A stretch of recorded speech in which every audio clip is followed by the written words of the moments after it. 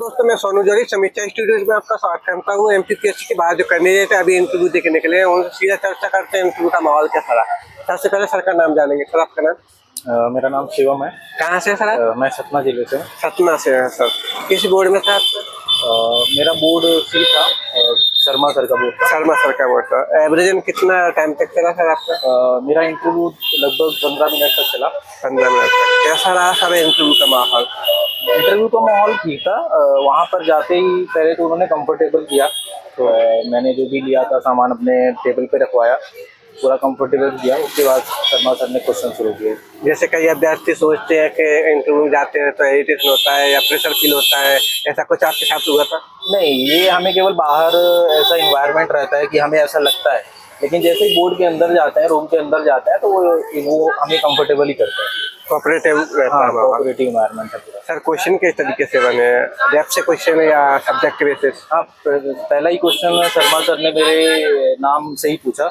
मेरा नाम शिवम है, तो उन्होंने बोला सत्यम शिवम सुंदरम, बताइए कहाँ से लिया गया है। तो मैंने पढ़ भी गया नहीं था मैं, तो मैंने बोला उत्तर उपनिषद से लेके लिया गया है। तो जैसे जैसे मैंने टैकल किया फिर तो इसके अलावा फिर सब्जेक्ट में क्वेश्चन कैसे बने? सब्जेक्ट क्वेश्चन सब्जेक्ट एक्सपर्ट थे, उन्होंने पूछे। नेहरू जी के डेमोक्रेटिक सोशलिज्म का कॉन्सेप्ट पूछा उन्होंने, और गांधी जी के ग्राम स्वराज का कॉन्सेप्ट। और एक दूसरे एक्सपर्ट ने मुझसे इंटरनेशनल रिलेशन में पावर का कॉन्सेप्ट जो है वो उसके बारे में चर्चा की। और हाँ, कुल मिला के यही। आईआर में कोई क्वेश्चन बना था? आईआर में हाँ, ये कॉन्सेप्ट पावर का कॉन्सेप्ट करंट से रिलेटेड क्या था?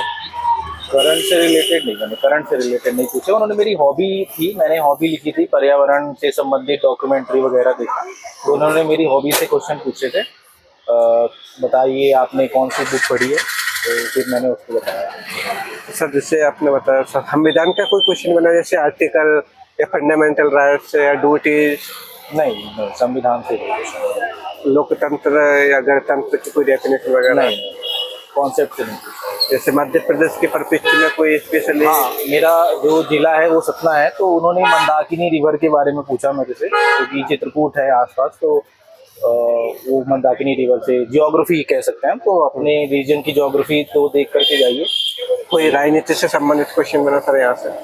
राजनीति से संबंधित क्वेश्चन तो बस यही था, नेहरू जी के डेमोक्रेटिक सोशलिज्म और गांधी जी के। तो हालांकि मेरा जो ग्रेजुएशन है, पोस्ट ग्रेजुएशन था, वो जवाहरलाल नेहरू यूनिवर्सिटी से था, तो उन्होंने वहाँ से शायद मुझे लगता है पकड़ा है नेहरू जी को। हाँ, तो वहाँ से फिर उन्होंने पूछा। सर कई अभ्यर्थियों से बोर्ड टीचिंग कराई थी या बोलने को कहा है कि आप पढ़ाइए, तो ऐसा आपसे कुछ बोला? बोर्ड टीचिंग मुझसे कोई टॉपिक नहीं दिया सर आपको? कोई बात नहीं सर। आने वाले अभ्यर्थियों के लिए कुछ सुझाव देना चाहेंगे सर?